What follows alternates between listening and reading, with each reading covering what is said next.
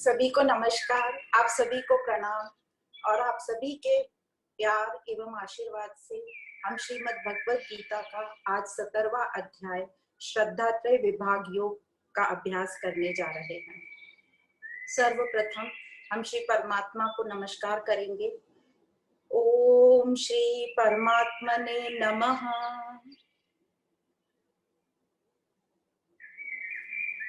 जैसे कि इस अध्याय का नाम है श्रद्धात्रय विभाग योग, तो हम पहले ये समझेंगे कि ये श्रद्धा होती क्या है।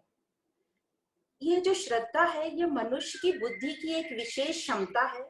जब भी हम कोई एक लक्ष्य तय करते हैं तो उस लक्ष्य के प्रति व लक्ष्य को प्राप्त करने के साधन के प्रति हमें जो विश्वास होता है, हमें जो समझ होती है, उसका नाम श्रद्धा है। जब हमारा ध्यान लक्ष्य की ओर निरंतर और पूरी निष्ठा और लगन के साथ उस कर्म में लगे हम रहते हैं तो वह कहलाती है श्रद्धा, और हम उसके अपने लक्ष्य के प्रति अपना बेस्ट परफॉर्मेंस देते हैं, वह होती है श्रद्धा।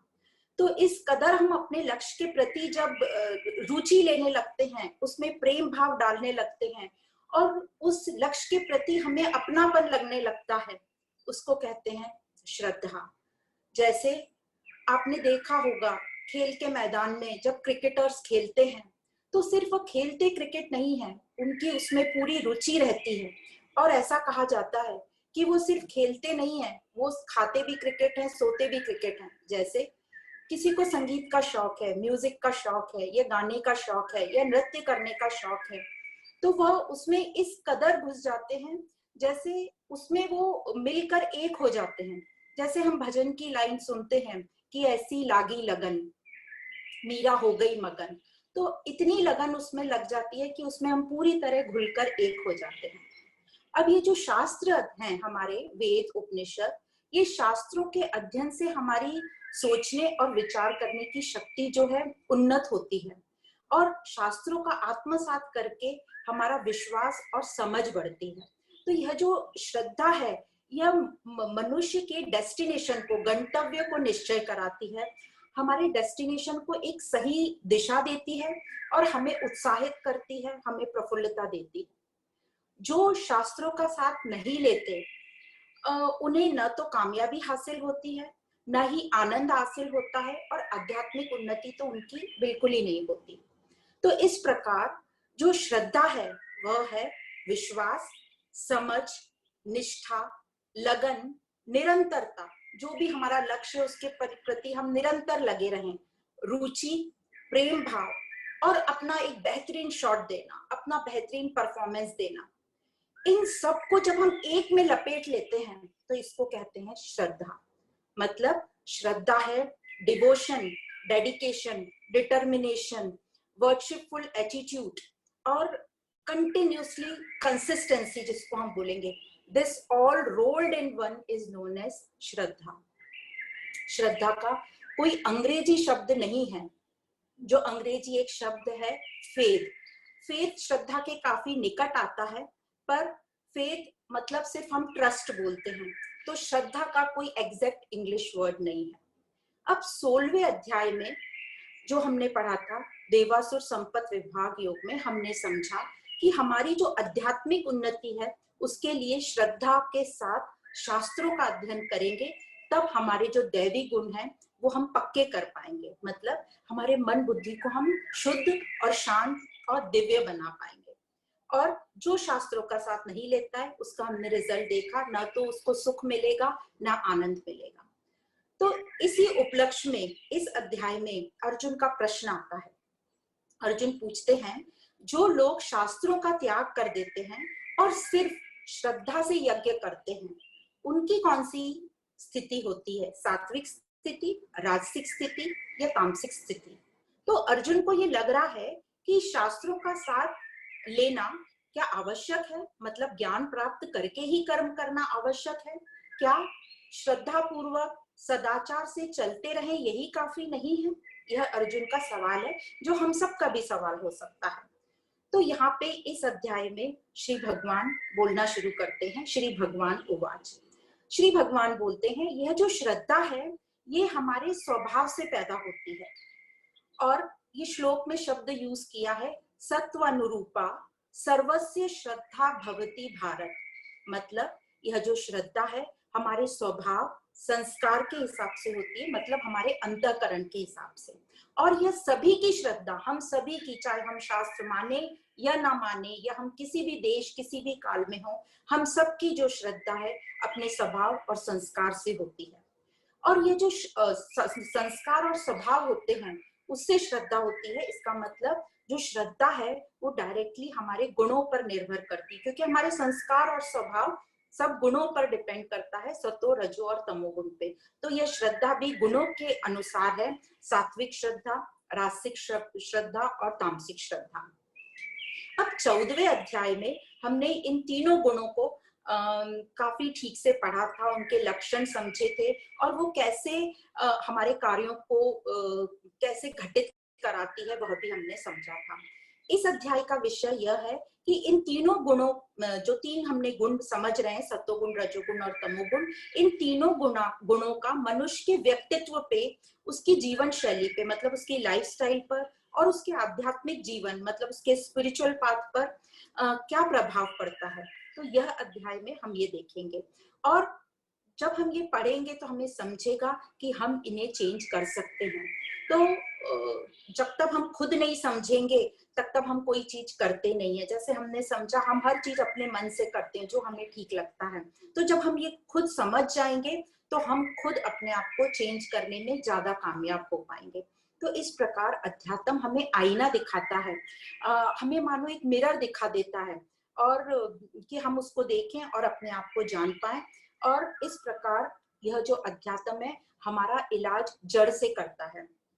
जिस प्रकार कोई भी डॉक्टर के पास हम जाएं तो हमें वही डॉक्टर पसंद आता है जो जड़ से हमारी बीमारी दूर कर देता है। कुछ डॉक्टर हैं जो ऊपरा ऊपरी इलाज करते हैं कि सिम्टोमेटिक ट्रीटमेंट जिसको बोलते हैं, पर हम चाहते हैं कि हमारे सारे टेस्ट हो जाएं, उनमें से डायग्नोसिस हो जाए कि हमारी क्या बीमारी है और फिर हमारा ट्रीटमेंट हो। तो कुछ डॉक्टर हमारे पूरे इन्वेस्टिगेशन करेंगे, थोड़ा टाइम लेंगे, एक हफ्ते का, बीच में हमें कुछ दवाइयां दे देंगे, मल्टीविटामिन या कुछ पेन किलर, और जब रिपोर्ट्स आएंगी फिर वो अपनी जानकारी लगा के उसमें हमें डायग्नोसिस देता है। तो जैसे ये डॉक्टर जड़ से बीमारी रिमूव करता है, उसी प्रकार ये अध्यात्म जड़ से जो है हमारी अशुद्धि को दूर करती है। ये जो आत्मज्ञान है हमको यह बता रहा है कि हम अपने आप को चेंज कर सकते हैं और हम सभी का जो बेस है ये तीन गुण, सत्वगुण रजोगुण और तमोगुण, और यह तीन गुण से पूरी प्रकृति मतलब पूरा संसार चल रहा है।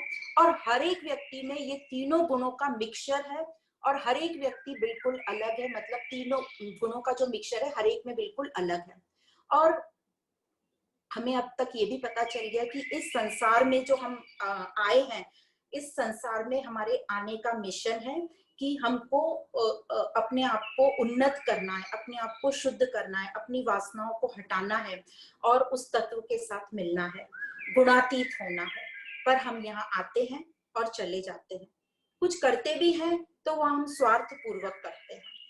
पर अब हमें ये तत्व ज्ञान हो गया है, हमें समझ में आ रहा है ये तत्व ज्ञान, और हम अपनी चेकिंग करते रहेंगे और अपने मन बुद्धि को हम स्वस्थ बनाएंगे, हेल्दी बनाएंगे, अपने मन बुद्धि को डेवलप करेंगे और अपनी बेस्ट क्वालिटी को आइडेंटिफाई करके उस पर काम करेंगे ताकि हमारी एक अच्छा व्यक्तित्व, हमारी एक अच्छी पर्सनैलिटी को, हमारी पर्सनैलिटी में निखार आए।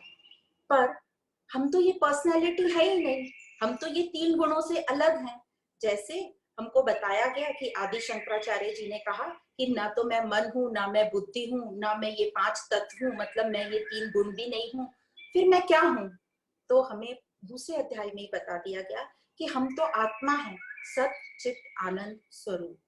तो यहाँ पे एक छोटा सा दृष्टांत समझते हैं कि ये जो मैं हूँ, जो स्वयं हूँ, हम कैसे अपने स्वयं तक और या उस परमात्मा तक पहुंच सकते हैं। तो एक बार राजा जनक को एक सपना आया कि मैं भिखारी हूँ और मैं अपने राज्य में भीख मांग रहा हूँ। तो जब राजा जनक की आंख खुली, वो जागृत हुए, तो उन्होंने अपने जो गुरु थे उनको बुलाया।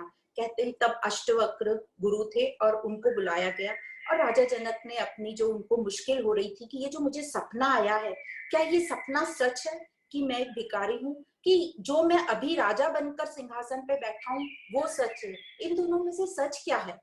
तो अष्टवक्र मुनि जी को बुलाया गया और अष्टवक्र जी को पूछा गया कि ये क्या सच है, क्या मैं भिखारी हूँ जो मैंने सपना देखा था, या मैं ये जो सिंहासन पे बैठा हूँ वो सच है। तो अष्टवक्र मुनि ने कहा कि राजन, न तो तुम भिखारी हो और तुम न तो राजा हो, तुम इन दोनों से परे हो, तुम वो तत्व स्वरूप हो, तुम वो सत हो, सच्चित आनंद स्वरूप। और यह आंसर मिलते ही राजा जनक को एकदम ज्ञान हो गया और वो ज्ञान के रास्ते पर और आगे चल पड़े। तो ये जो मैं हूँ, सत स्वरूप हूँ, ये क्या हूँ मैं? तो यहाँ एक शब्द यूज किया गया है, उसको समझाने के लिए हम ये बताते हैं। जैसे भारत में रहने वाले को भारतीय कहते हैं, तो शरीर में रहने वाले को क्या बोलेंगे? तो जो शरीर में रहता है उसको शरीरी बोलेंगे, जो ये देह में रहता है उसको देही बोलेंगे। तो ये जो दो शब्द आए हैं, शरीरी और देही, इनका मतलब है आत्मा। तो यहाँ पर देही एक नया शब्द आया है जिसका मतलब है आत्मा। अब ये जो देही का हम मतलब समझ रहे हैं आत्मा, तो ये देह शरीर में क्या कर रहा है? तो ये जो देही शरीर में क्या कर रहा है? तो ये जो देही है, ये हमारी देह में किराएदार जैसा है। जैसे हम घर में रहते हैं पर हम घर नहीं हैं, हम कार चलाते हैं पर हम कार नहीं हैं, उसी प्रकार ये जो आत्मा है ये इस देह में सिर्फ टेम्पररी रहती है। पर हमने तो ये समझ लिया था कि हम देह हैं, हम बॉडी हैं, हम शरीर हैं, और अभी तक हम उस देह को टिप टॉप रखने की कोशिश कर रहे थे, पूरा अपना संसार सजा रहे थे। तो इसीलिए हम अपने आत्मिक तेज से परे थे, क्योंकि हम शरीर में ही सब काम कर रहे थे।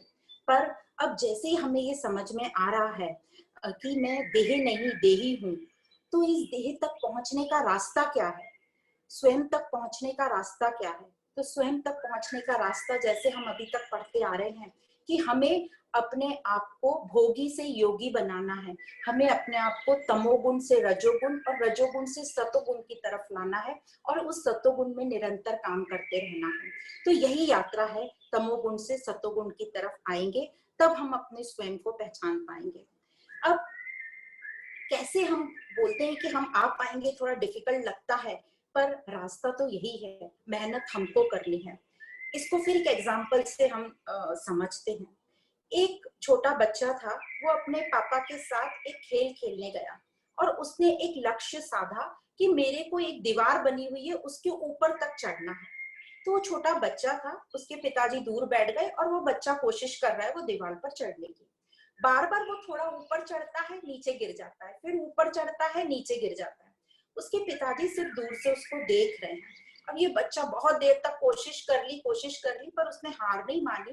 वो ऊपर तक नहीं पहुंचा और बीच में कहीं रास्ते में वो अटक गया, पर वो वहीं बैठा रहा और कोशिश करता रहा। जब ये सब उसके पिताजी ने देखा, तो उसने सोचा कि बच्चे ने अपनी मेहनत तो पूरी कर ली है और उसका उद्देश्य निश्चित है कि उसको ये दीवार के ऊपर तक जाना है। तो उस पिता ने क्या किया, वो पिताजी उसके दूसरी तरफ गए, दीवार के ऊपर चढ़ गए और उन्होंने उसको ऊपर खींच लिया।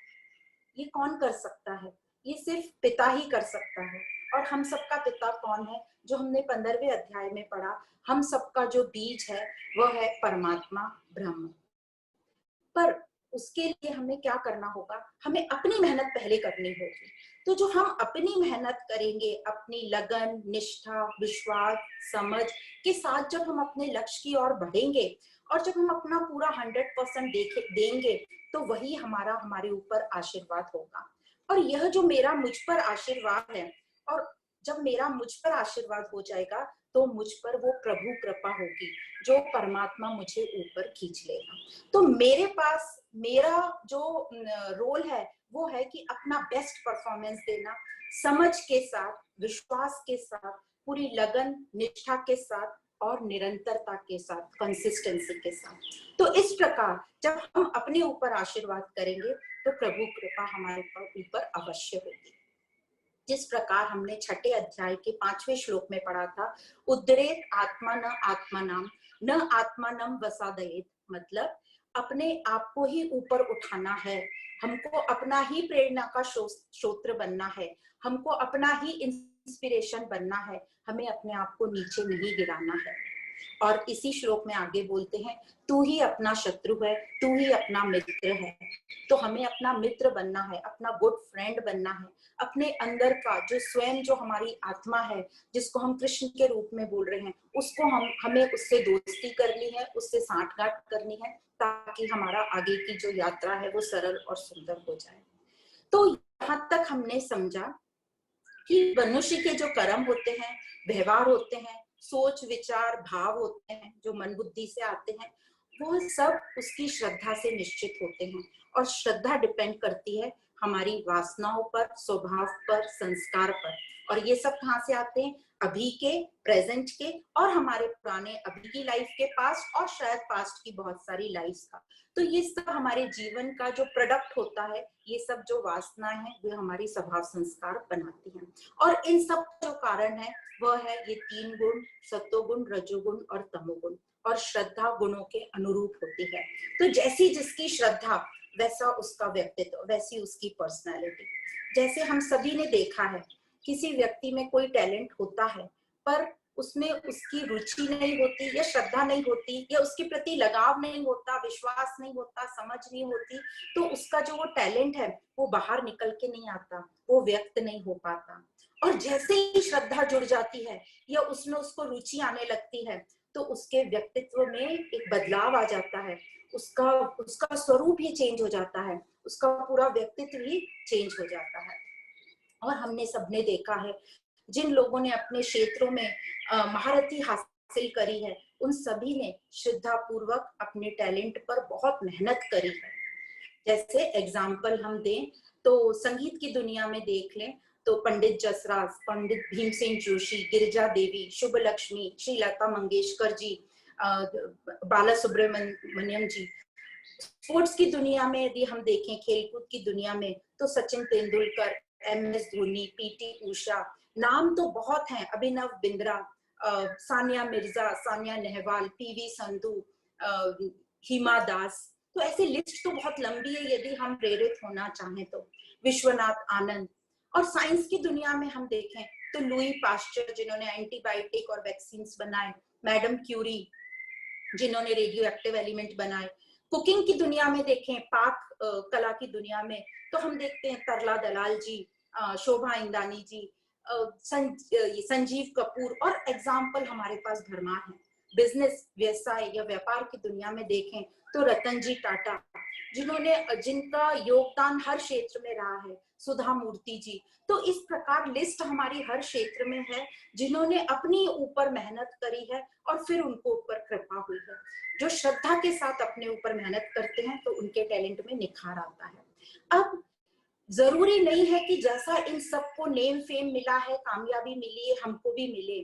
सक्सेस जो है, कामयाबी या पैसा जो है, ये इसका साइड इफेक्ट है। जो मेन चीज हमें मिलेगी कि हमारे व्यक्तित्व में निखार आएगा, हमारे को सेटिस्फेक्शन मिलेगा, हमें संतुष्टि प्राप्त होगी, और वही है स्वयं से मिलना।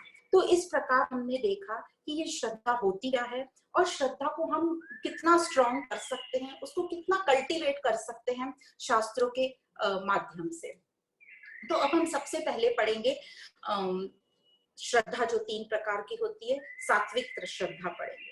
जो सात्विक श्रद्धा होती है, ये सात्विक श्रद्धा के लोग स्वभाव से जो बड़े उच्च आदर्शों के होते हैं, वे ब्रह्म सत्य, मतलब उनको पता है कि हमारा अल्टीमेट गोल जो है परमात्मा से मिलना, ब्रह्म से मिलना, तो बस वो वही अपने अल्टीमेट एम या उच्च लक्ष्य की तरफ अग्रसर रहते हैं। ये अपने साथ सबका कल्याण चाहते हैं, क्योंकि इनके भाव पवित्र हैं। तो जितने आपके भाव पवित्र होंगे, उतनी आप में और दिव्यता और पवित्रता आएगी। तो ये अपनी चेकिंग करते रहते हैं। ये अपने लक्ष्य के बीच में किसी को भी, कोई भी इनके लक्ष्य के बीच में ऐसी इच्छा आ जाए जो इनको अपने लक्ष्य से दूर कर रही है, तो उस इच्छा को इनकी कुशाग्र बुद्धि हटा देती है। तो ये काफी अनुशासन में रहते हैं। निरंतरता, मतलब सततम, निरंतरता इनकी एक बहुत बड़ी खासियत होती है। ये अपने अनुशासन और निरंतरता को कभी नहीं छोड़ते। तो इनसे कभी श्रद्धा छूटती नहीं है, और ये श्रद्धा के साथ आगे बढ़ते जाते हैं। वासुदेव सर्वम इनका एक मूल मंत्र होता है। तो इस प्रकार ये सात्विक श्रद्धा वाले होते हैं। अब राजसिक श्रद्धा हम पढ़ेंगे। जो राजसिक श्रद्धा स्वभाव वाले या गुण वाले लोग होते हैं वे अत्यंत ही महत्वाकांक्षी होते हैं। जैसे इनका स्वभाव एकदम क्रियाशील, बहुत एक्टिव रहते हैं, हमें ये करना है, ये करना है, ये एक मिनट भी अपने साथ खाली नहीं बैठते, लगातार कुछ ना कुछ काम में बिजी रहते हैं। और इनको डिसिप्लिन ज्यादा पसंद नहीं होता और इनको निरंतरता भी इतनी ज्यादा पसंद नहीं होती। तो ये हमेशा अपने निरंतरता और अपने अनुशासन मतलब डिसिप्लिन को कहीं कहीं ब्रेक करने की कोशिश करते रहते हैं। अब ऐसा कहते हैं कि ये जो रजोगुण वाले हैं ये किनको पूछते हैं, तो रजोगुण वाले यूजुअली उनको पूछते हैं जो उनको चाहिए होता है। तो यदि उनको बहुत पैसा चाहिए होता है तो वो कुबेर लक्ष्मी की पूजा करते हैं और ये उनके साथ अपना ज्यादा रिलेशन कनेक्शन या पूजनीय मानते हैं जिनके पास शक्ति होती है, जिनके पास सामर्थ होता है। तो समाज में ये उन लोगों के साथ उठते बैठते हैं जिनके पास बहुत शक्ति या सामर्थ होता है, क्योंकि इनको अहंकार अच्छा लगता है, इनको अपना नेम फेम हर जगह मेरा नाम हो, लोग मेरे से पूछे या हम किसके फ्रेंड है, इनको ये बोलने में ज्यादा अच्छा लगता है। इसलिए ये जो रजोगुण वाले रहते हैं ज्यादा मटेरियल संसारिक सुखों में ज्यादा चलते हैं। इनका दूर दूर तक आत्मा से कनेक्शन या परमात्मा से मुझे मिलना है ये इनका कभी लक्ष्य नहीं होता। ये अपने देवी देवताओं से खुश होते हैं, उसमें प्रोग्रेस करते हैं और इनको सुख भी मिलता है, पर साथ साथ इनको चिंताएं बहुत होती हैं, शिकायतें बहुत होती हैं। इनकी नींद हमेशा उड़ी हुई रहती है, क्योंकि जो सोचा है वो नहीं हुआ तो उनको एक चिंता लगी रहती है कि वो नहीं हुआ, वो नहीं होगा तो मेरा स्टेटस कम हो जाएगा। तो इस प्रकार ये रजोगुण वाले होते हैं। अब तामसिक गुण वाले कैसे होते हैं, तो जो तामसिक गुण या तामसिक श्रद्धा या तामसिक स्वभाव वाले, इनके लिए अनुशासन और निरंतरता तो इनके लिए नामुमकिन जैसा है, क्योंकि इनमें आलस बहुत रहता है। ये आलस और हर चीज कल को टालने में रहते हैं कि कल कर लेंगे, कल कर लेंगे। प्रोक्रेस्टिनेशन इनका मेन स्वभाव रहता है। और ऐसा बोलते हैं कि ये कोई भी काम को शुरू तो करते ही नहीं है, शुरू किया तो जल्दी से बीच में छोड़ देते हैं बिना कोई कारण के, बिना कोई रीजन के। और ऐसा कहते हैं कि ये लोग भूत प्रेतों को पूजते हैं। तो ये भूत प्रेतों को पूजने का मतलब है कि ये लोग जादू टोने में, झाड़ फूंक में, जो प्लानचेट बोलते हैं, ब्लैक मैजिक में, उनमें ज्यादा विश्वास करते हैं। और हम देखते भी हैं कि संसार में इस तरीके के लोग, एक इनकी नीच महत्वाकांक्षा होती है, इनकी एक जो लक्ष्य रहता है, इनका जो गोल रहता है वो लोगों को तंग करना रहता है। और उसको पूर्ण करने के लिए ये कुछ ऐसे लोगों का साथ लेते हैं जो प्रतिशोध करने वाले होते हैं, जो दुराचारी होते हैं। तो हम अपने समाज में देखते भी हैं कि जो मर्डर होते हैं, बहुत ऐसे क्राइम होते हैं, रेप होते हैं, तो ये सब तमोगुण में आ जाते हैं।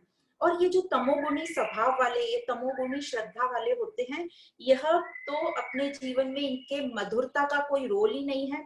मधुरता और सुंदरता से ये काफी परे होते हैं। एग्जाम्पल में यहाँ पे जैसे हम गीता पढ़ रहे हैं तो महाभारत का एग्जाम्पल होगा, शकुनी मामा है, फिर कंस है।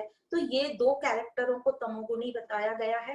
अब जैसे मामा करके शकुनी मामा, कंस मामा, ये लोग बहुत बदनाम हो गए, पर साथ ही में जो सात्विक गुण वाले मामा हैं जैसे कृष्ण और बलराम है, उनको सात्विक गुणों में रखा गया है। तो इस प्रकार ये सात्विक श्रद्धा, सात्विक स्वभाव वाले लोगों का यह ऐसा रोल रहता है और ऐसा नेचर होता है। अब जो सात्विक श्रद्धा वाले होते हैं उनका लक्ष्य हमेशा परमात्मा की तरफ लगा रहता है, परमार्थ की तरफ लगा रहता है, निस्वार्थ से वो परमार्थ की तरफ चल पड़े हैं। उनके विचारों में बहुत स्पष्टता होती है और जो भी फल मिलता है वो हमेशा यही कहते हैं कि यह जो भी फल मिला है ये पूरी समष्टि मतलब पूरे जगत के कोऑपरेशन से मुझे मिला है, सबका योगदान है, मैंने जो भी कुछ किया है उसमें सबका योगदान है।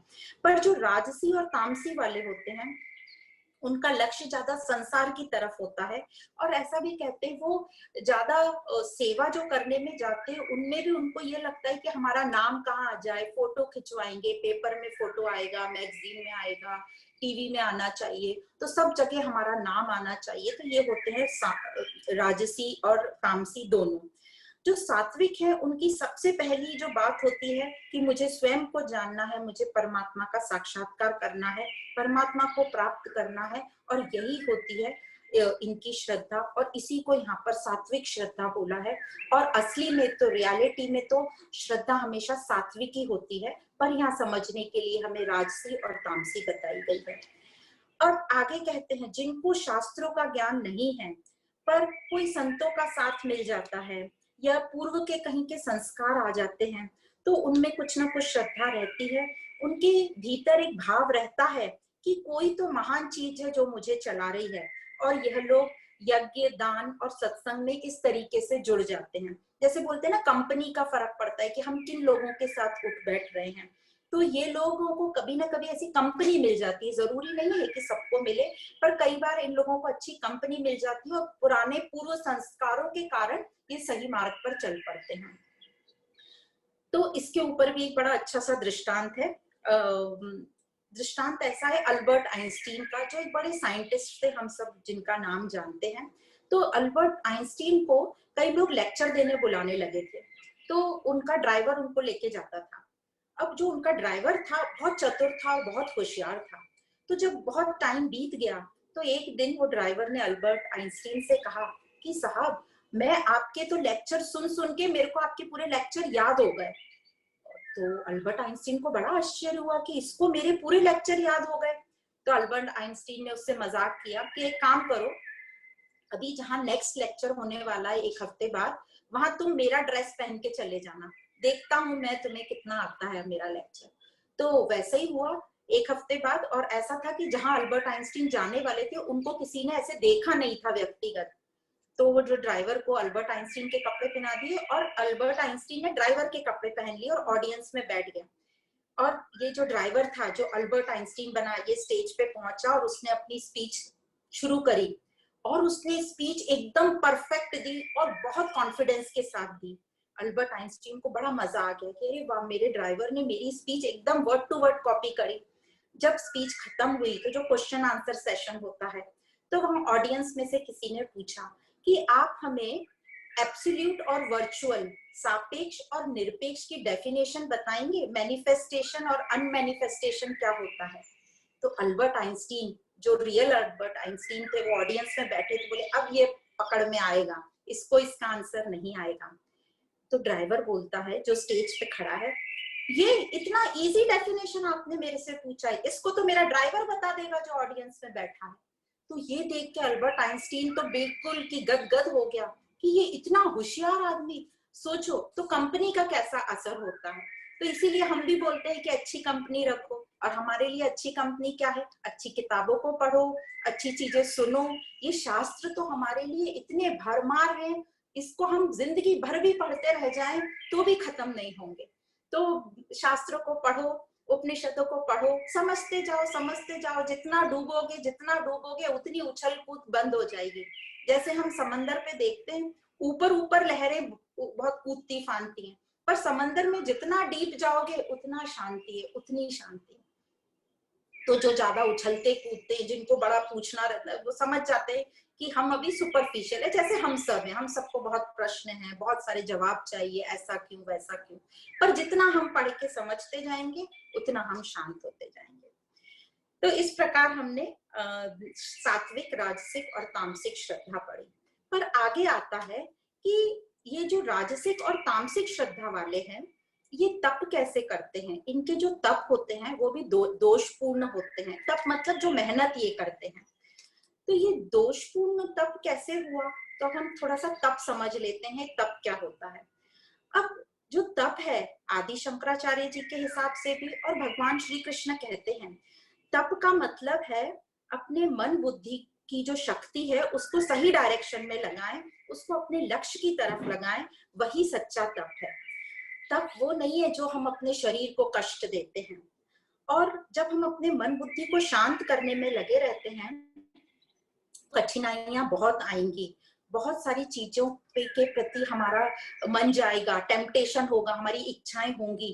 पर जो सात्विक श्रद्धा वाला होता है, वो इन सब टेम्पटेशन को रिजेक्ट कर देता है। इसलिए नहीं कि उसको पसंद नहीं है, उसे वो बहुत पसंद है, पर उसका अभी ध्यान अपने लक्ष्य की ओर है। तो वो अपने आप को समझाता है पहले मेरा लक्ष्य मैं पालूंगा, फिर इसके बारे में सोचूंगा। अभी मैं अपनी इच्छाओं में अटक गया तो मैं अपने लक्ष्य को नहीं पा पाऊंगा। ये मुझे अभी मेंटली अशांत कर देंगे, मुझे मानसिक ये अशांति दे देंगे और मेरा लक्ष्य से मुझे पीछे हटा देंगे।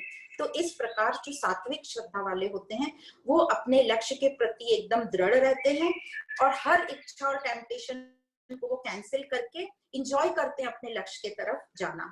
तो यहाँ कहा जा रहा है कि जो बिना तप मतलब बिना ज्ञान के जो तप करता है उसकी क्या कंडीशन होती है। और एक सेंटेंस ये भी बोला है कि बिना तप के, बिना सात्विक तप के आपकी प्रोग्रेस नहीं हो पाएगी, जो हम पाना चाहते हैं वो प्राप्त नहीं कर पाएंगे।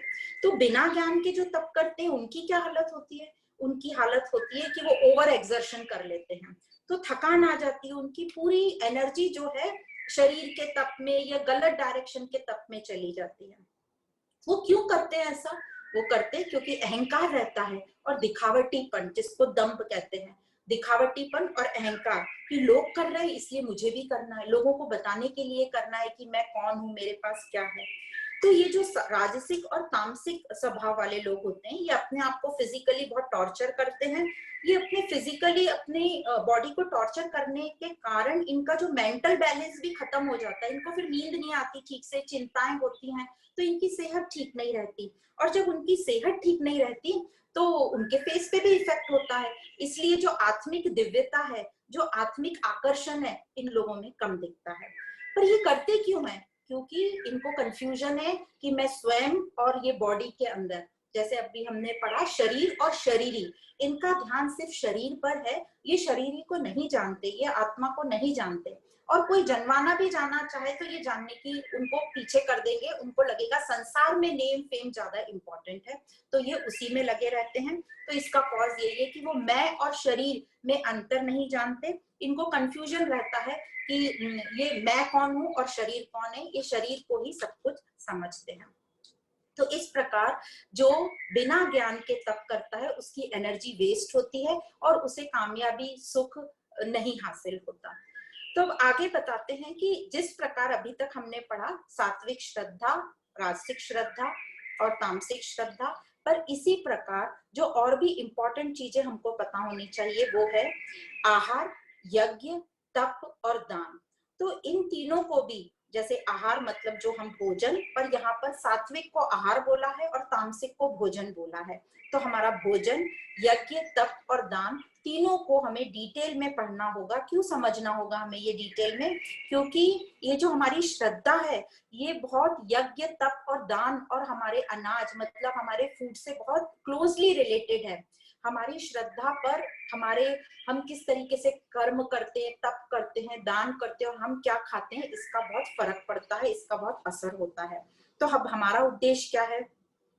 हमारा उद्देश्य है कि हम सही तप करें और अपनी शक्ति को रीडायरेक्ट करके अपने लक्ष्य की ओर लगाएं और इस तरह हमारी शक्ति लक्ष्य की तरफ लग जाए कि जो हमारा हर कर्म है वो यज्ञ में परिवर्तित हो जाए और यज्ञ से जो हमें सफलता मिलेगी, मतलब जो फल हमें मिलेगा, वो हम सब में बांट कर खा सकें। बांटकर मतलब हम उसको दान में यूज कर सकें, सबको दान दे सकें। तो इस प्रकार हम ये सब चीजें सात्विक, राजसिक और तामसिक पढ़ेंगे। सबसे पहले आता है हमारा फूड, हमारा आहार। तो हम भोजन ना बोल के सात्विक को आहार बोलेंगे। तो सात्विक आहार कैसा होना चाहिए? तो सात्विक आहार वो होता है जो हमारी आयु मतलब हमारी एज को लंबा करे, जो हमारी शरीर को स्वस्थ रखे, शुद्ध रखे, जो हमें बल दे, स्ट्रेंथ दे, एनर्जी दे, जो हमें आरोग्य रखे मतलब फिजिकली भी हमें स्वस्थ रखे, मेंटली और आध्यात्मिक भी हमारी उन्नति रखे, मतलब तीनों में स्वस्थ रहे हम। हमें सुख दे, सुख मतलब हमारे मन में सेटिस्फैक्शन, तृप्ति और शांति हो, और प्रीति वाला हो। प्रीति मतलब जिसको देखकर मन में अच्छा लगे, जो आहार, जो फूड प्लेट को देख के मुझे अच्छा लगे।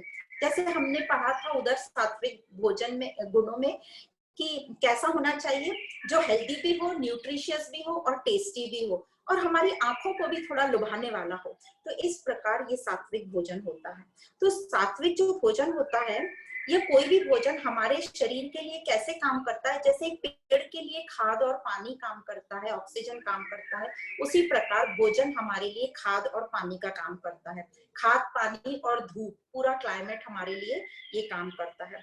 फिर एग्जाम्पल दिए हैं उन पशुओं के जो मांसाहारी हैं और शाकाहारी हैं। जो मांसाहारी पशु हैं, जैसे आप देखेंगे शेर, चीता, ये सब मांसाहारी हैं, तो इनके मुखमंडल पे आपको एक डर दिखाई देगा। वो भय में रहते हैं हमेशा, भले ही उनमें कितनी भी एनर्जी हो।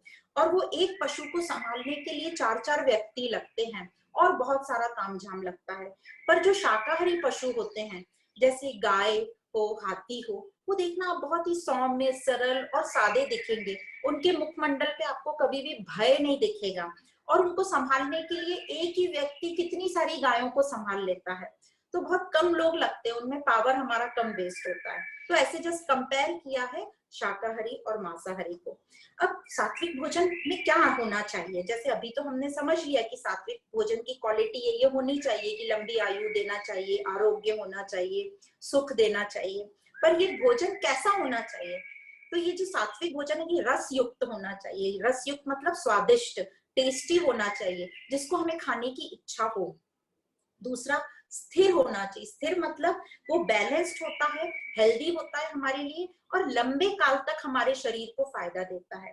फिर एक पॉइंट बोला स्निग्ध। स्निग्ध मतलब युक्त होता है और जिसमें थोड़ी सी चिकनाहट होती है, तो वो हमारे बॉडी के सब बोन्स और उसको लुब्रिकेंट का काम करता है।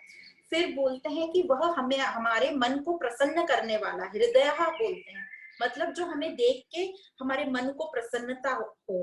तो इस प्रकार का भोजन सात्विक भोजन कहा गया है।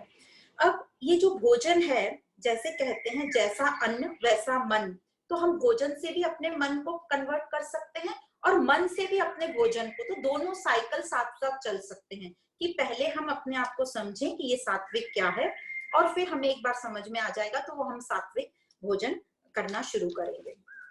तो चेंज करना हमारे हाथ में है। फिर बताते हैं राजसिक भोजन कैसा होता है।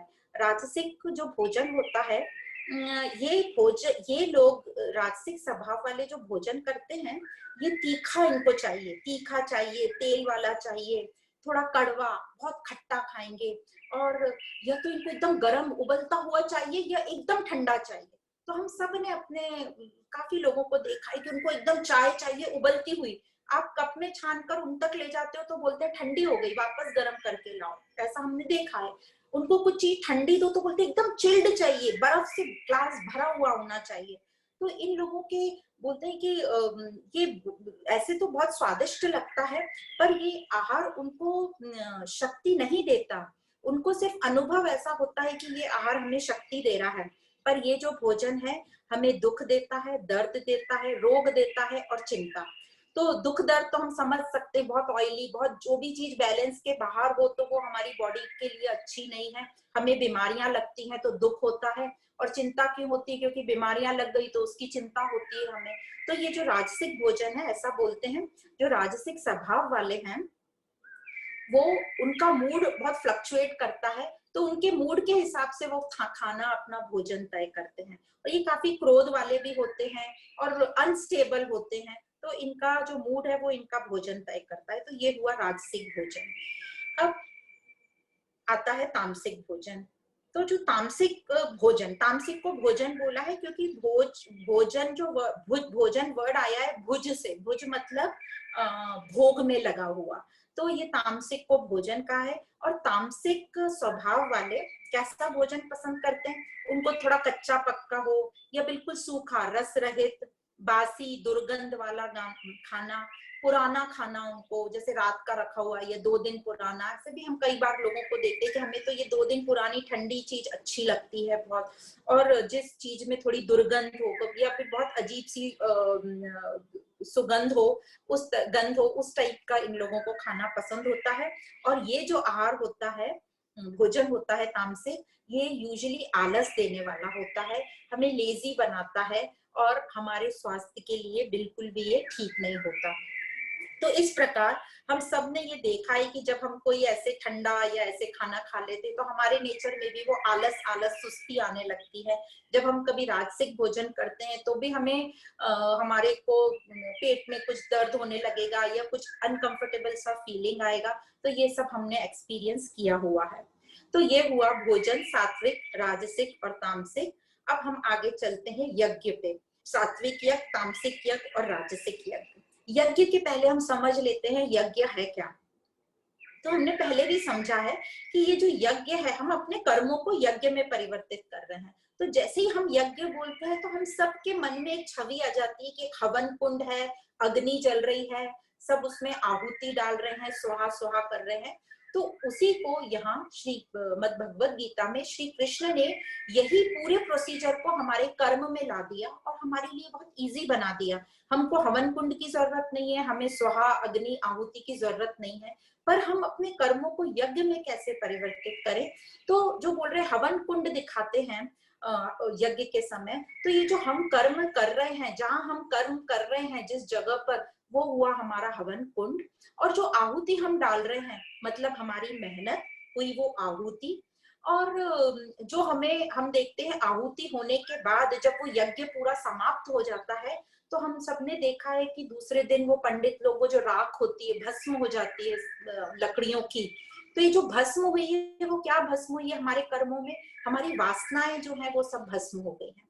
अब ये जो भस्म होती है यज्ञ में, उस भस्म का क्या करते हैं पंडित लोग? वो 3 लाइन बना देते हैं अपने सर पे, फोरहेड पे।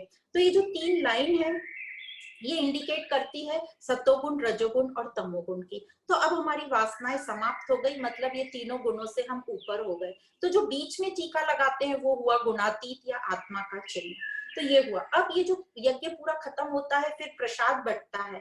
तो जो हम सबको फल मिलता है अपने कार्य से वो हम सबको बांट कर खाएं। इसका ये मतलब है कि मुझे सबका इसमें सहयोग मिला और वह मैं सबको सेम सामान्य रूप से बांटकर मैं ग्रहण कर रही हूँ। तो ये हुआ प्रसाद। फिर होता है जो पंडित यज्ञ करने के बाद सब लोग जितने भी यजमान होते हैं और जितने भी यज्ञ में पार्टिसिपेट करते हैं वो मंदिर जाते हैं। तो मंदिर जाने का मतलब है कि हम परमात्मा के साथ एकात्कार कर रहे हैं। अभी हम तीनों गुणों से, वासनाओं से ऊपर हुए, अब हम परमात्मा के साथ एकात्कार करने जा रहे हैं। तो ये हुआ मंदिर में जाकर उस परमात्मा के दर्शन करना। तो ये यज्ञ की पूरी विधि है। अब हम यज्ञ पढ़ते हैं कि यज्ञ जो सात्विक यज्ञ होता है क्या होता है। यज्ञ की भावना से हमारे में स्वार्थ से हम निस्वार्थ भाव में आते हैं और धीरे धीरे निस्वार्थ से हम परमार्थ भाव में चले जाते हैं। तो जो सात्विक यज्ञ होता है, यह बताया गया है कि यह जो हम यज्ञ करते हैं, तो जो हम यज्ञ करते टाइम, या हम अभी तो हम कर्मों की बात कर रहे हैं, तो कर्म जब हम करते हैं तो जो हमारा स्वभाव है, हमारे स्वभाव भी सामने दिख जाता है। हमारी सुरूपता या कुरूपता, हमारा कैसा नेचर सामने आ रहा है वो अच्छे से दिख जाता है। तो जो सात्विक स्वभाव वाले पुरुष होते हैं वे यज्ञ कर्म कैसे करते हैं? उनको उससे कोई फल नहीं चाहिए, फल आसक्ति के लिए नहीं करते, वो निस्वार्थ भाव से करते हैं, प्रेम भाव से करते हैं और उत्साह से करते हैं। उनमें एक सेवा करने की चाहत है और उनको हमेशा ये लगता है कि ये तो मेरा कर्तव्य है कि संसार में मैं लोगों की सेवा करूं, और कर्तव्य भावना से करते हैं। और फल की उनको बिल्कुल भी चिंता नहीं, चाहत नहीं होती। और उनको ये लगता है कि मैं तो बहुत लकी हूँ कि हमें सेवा करने का मौका मिल रहा है। तो ये व्यक्ति बहुत ही प्रसन्न चित्त होते हैं। उन्हें प्रसन्नता होती है कि मैं समाज के लिए कुछ वैल्यूबल हूँ, मैं समाज की सेवा कर पा रहा हूँ।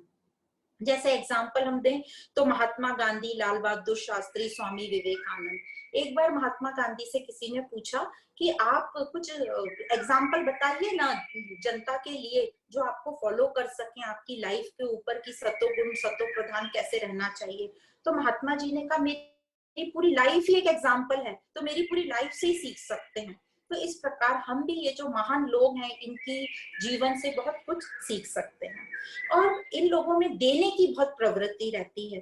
तो इसी उसमें श्री कृष्ण ने अर्जुन को कहा था कि अर्जुन जाओ युद्ध करो, क्योंकि बहुत कम लोगों को चांस मिलता है जो वो फील्ड में है। जैसे जो हमारे सैनिक लोग हैं पूरी जिंदगी ट्रेनिंग करते हैं, पर कई लोगों को वो जब युद्ध होता है उसका उनको लाभ ही नहीं मिलता, उनके पूरे जीवन काल में युद्ध वाली स्टेट आती ही नहीं, तो उनको बड़ा ये बुरा लगता है कि हम जिस कार्य के लिए पैदा हुए, जिसके लिए हमने मेहनत की, वो हम नहीं कर पाए।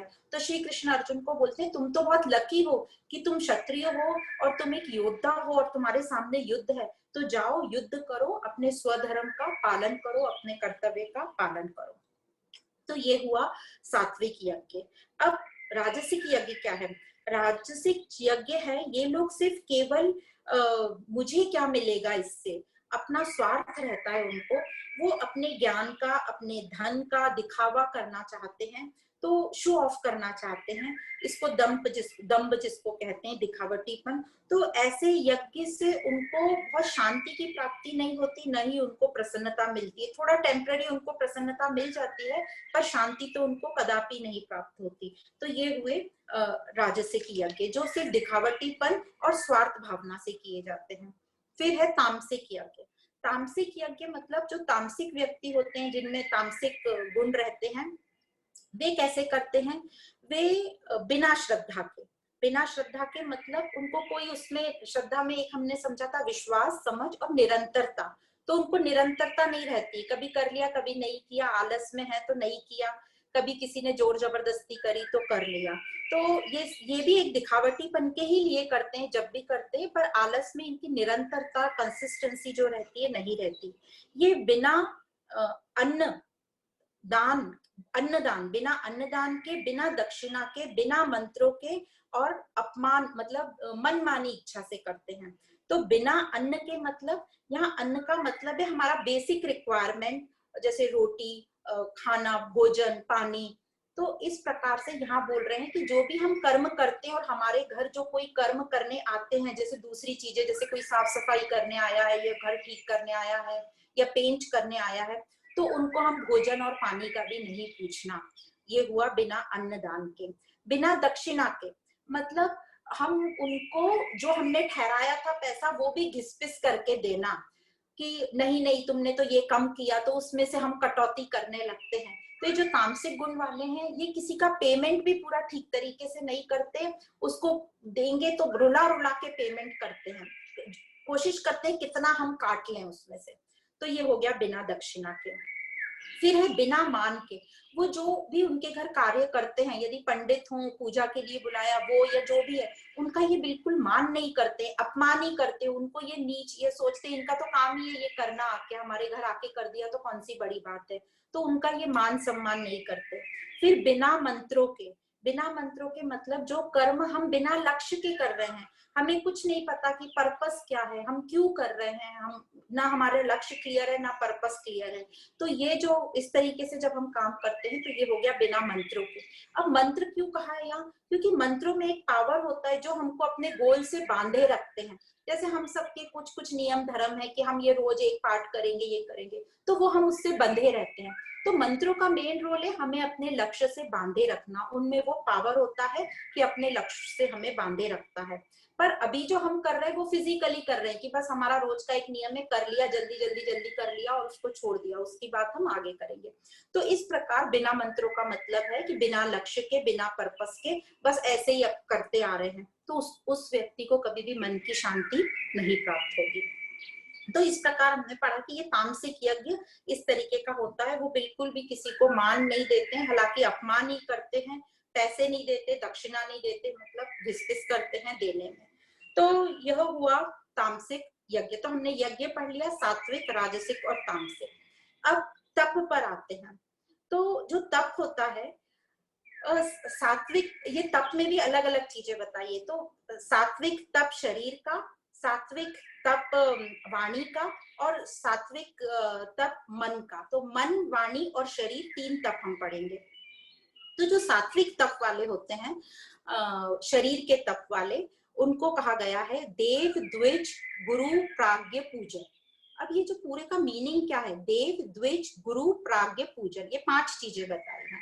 तो देव का मतलब क्या होता है? देव का मतलब, यह देव से मतलब नाम से हमें समझता है कि इनमें बहुत दिव्यता होगी, बहुत शुद्ध होंगे, इनका हमेशा एम होता है कि हम सबकी भलाई करें और परमात्मा से मिलने का इनका एम रहता है। तो ये देव शब्द शुद्धता को, दिव्यता को दर्शाता है। द्विज, द्विज मतलब दो। अब यहाँ द्विज क्यों बोला गया है? द्विज मतलब एक तो हमारे दो जन्म, एक जन्म तो जो हमारा इस संसार में हुआ है अपनी माँ के गर्भ से, और दूसरा जन्म कब होगा? जब हम ज्ञान से अपने मन बुद्धि के बंधन से छूटेंगे। तो अभी हम अपने मन बुद्धि के गर्भ में पड़े हुए हैं, इसलिए हम इतना दुखी सुखी हो रहे हैं। तो जब हम ज्ञान से अपने मन बुद्धि के गर्भ से फ्री होंगे तो वो हुआ हमारा दूसरा जन्म। तो इस प्रकार ये द्विज देना है। तो जो सात्विक तप वाले शरीर तप का जो बोल रहे हैं, तो देव हुआ, द्विज हुआ। अब गुरु, गुरु का मतलब जो हमारा टीचर, गुरु का मतलब जो अंधकार दूर करे, जो हमारा अज्ञान दूर करे। तो यह लोग अपने गुरु को का बहुत आदर देते हैं और उनकी आज्ञा का पालन करते हैं। प्राज्ञ, प्राज्ञ मतलब बुद्धि, बुद्धि से रिलेटेड। तो ये लोग ज्ञान अध्ययन, शास्त्रों का अध्ययन करके अपनी बुद्धि को और श्रद्धा पूर्वक बनाते हैं, अपनी बुद्धि को प्रज्ञावान बनाते हैं। और पूजन, पूजन प्राज्ञ और पूजन साथ में ही कहा गया है, पर पूजन को यहाँ यह बोला गया है कि अपने आराध्य के प्रति उससे रिलेशन बनाए रखते हैं, उससे कनेक्टेड रहते हैं, मतलब स्वयं से कनेक्टेड रहते हैं और परमात्मा से कनेक्टेड रहते हैं। तो इस तरीके से ये 5 शब्द बताए हैं जो सात्विक तप में आते हैं। अब ये जो शरीर का तप जो हमने पहले बात की, जो शरीर की हम बात कर रहे हैं, शरीर का तप मतलब शरीर को कष्ट देना नहीं है। श्री कृष्ण ने भी अर्जुन को यही बोला कि शरीर को कष्ट मत दो, अपने मन बुद्धि को तीव्र करो, अपने विचारों को कुशल करो, अपने विचारों को दिव्य बनाओ। और यहाँ पर जो 4 पॉइंट और दिए हैं, शोचलम मतलब प्योरिटी, शुद्धता, तो बाहर की शुद्धता और मन बुद्धि की शुद्धता। फिर है आर्जवम, आर्जवम मतलब सरलता, बिल्कुल जैसे बच्चे होते हैं ना, सरल, शुद्ध, स्ट्रेट फॉरवर्ड, किसी को वो डिस्टर्ब नहीं करते। मतलब जो आर्जवम जिनमें क्वालिटी होती है, वो ना तो खुद डिस्टर्ब होते ना किसी को डिस्टर्ब करते हैं।